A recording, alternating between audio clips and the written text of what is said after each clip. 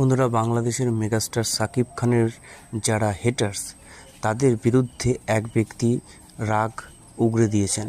সেই ব্যক্তি সাকিব খান সম্বন্ধে কি বলেছেন একবার শুনে নেওয়া যাক। এলো, তুই সাকিব খানের মতো লাগতে চাইস না। তুই সাকিব খানের চেহারা সমালোচনা করস কোন হিসাবে? অভিনেতা হইতে চাস? হ্যাঁ, তুই গে পর্ন মুভির হোগামারা খাওয়ার অভিনয় করতে পারবি।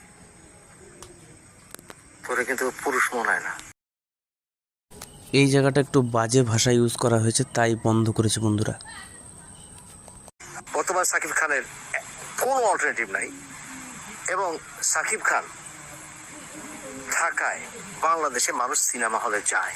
কিন্তু সাকিব খানের বিরুদ্ধে এই চোদনা, sorry for my, megastar Shakib Khan কি সেটা খুব ভক্তসুলভভাবে প্রকাশ করেছেন এই ব্যক্তি।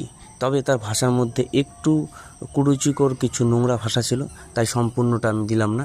কিন্তু সাকিব খান কিন্তু বাংলাদেশের সত্যি মেগাস্টার। সাকিব খান সম্বন্ধে যারা কুরুচিকর মন্তব্য করে তাদের ভেবে চিন্তে করা উচিত।